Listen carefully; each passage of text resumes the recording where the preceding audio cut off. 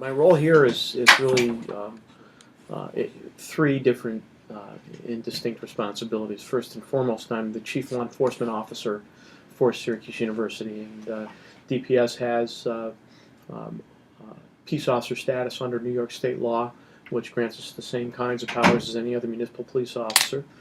So as the Chief Law Enforcement Officer, I'm responsible for keeping peace.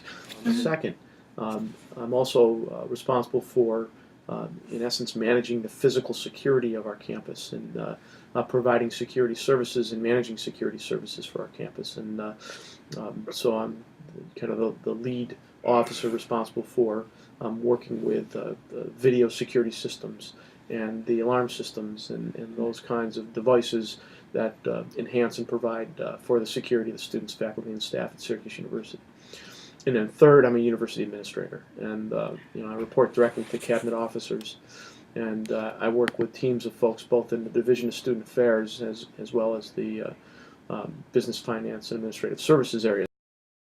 I have a tenor saxophone and a soprano saxophone and a trumpet, and sing a little bit. I play in a band called the Horn Dogs.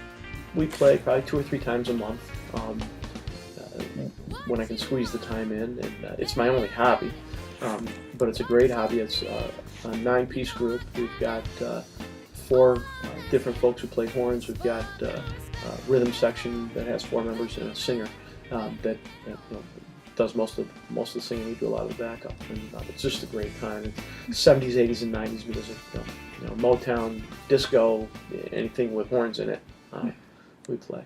The older you get, the more you have to pay attention to your health, and if you can pay attention to your health when you're young, it's even better. But I had a series of concerns about health that my wife shared with me, and made a decision that I really had to do something about it. So I actually had bariatric surgery. I had a lap band surgery 2 years ago, 2.5 years ago, and I lost 120 pounds and kept it off as a result. And I no longer have problems with blood pressure or any of those kinds of things that that the weight created. So it's been a really important thing for me. What I like the most about my job is doing things like this, working directly with students and interacting in ways that are helpful to students, both for their projects and programs, but also in working around crime prevention issues and having opportunities to help to educate students about how they can keep themselves safe, because as large a force as DPS is, there's 20,000 students here, and that's 20,000 people who really can make a difference with regards to their own public safety.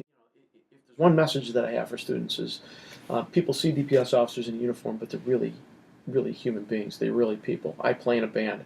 There's folks that play athletics, and there's DPS officers that are artists. There's DPS officers that are singers. There's DPS officers that have deep religious faith. There's DPS officers that have large families and small families, and